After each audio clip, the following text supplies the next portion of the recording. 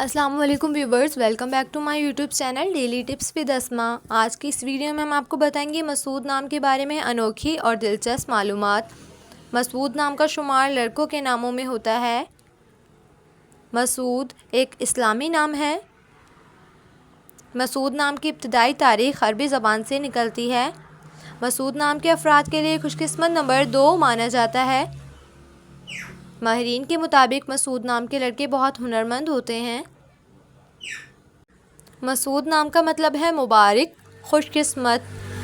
मसूद नाम के लड़कों के लिए खुशकिस्मत दिनों में एतवार, मंगल और जुमेरात का दिन शामिल है। मसूद नाम के अफराद के लिए मुआफ़िक रंगों में सुनहरी, नारंगी और सुर्ख रंग शामिल है। मसूद नाम के अफराद के लिए मुआफ़िक पत्थरों में सब्ज़ कीमती पत्थर शामिल हैं। खुशकिस्मती वाली धातों में हिंसों के हिसाब से तांबा शामिल है। सो फ्रेंड्स, अगर आप अपने नाम का मतलब जानना चाहते हैं तो कमेंट बॉक्स में अपना नाम लिखें। इंशाअल्लाह हम आपके नाम की वीडियो ज़रूर बनाएंगे। Thanks for watching. अल्लाह हाफिज़।